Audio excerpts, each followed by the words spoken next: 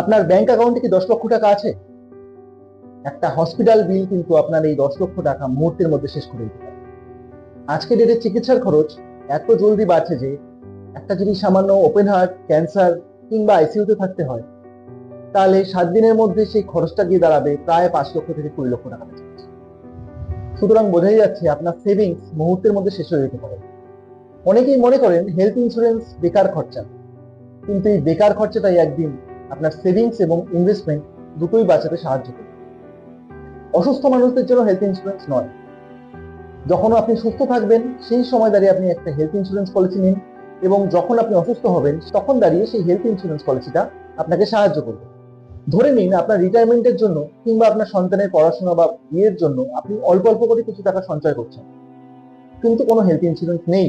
সেখানে দাঁড়িয়ে যদি কোনো রকম দুর্ঘটনার কারণে বা অসুস্থতার কারণে হসপিটাল বিল কিন্তু সেই আপনার জমানো টাকা মুহূর্তের মধ্যে শেষ করে দেবে।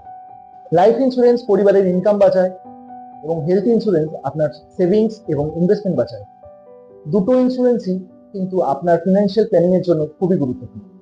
আপনার পরিবারের জন্য কত টাকার হেলথ ইন্স্যুরেন্স দরকার জানতে হলে নিচে কমেন্ট করুন হেলথ বলে, অথবা আমাদেরকে ডিরেক্ট মেসেজ করতে পারেন।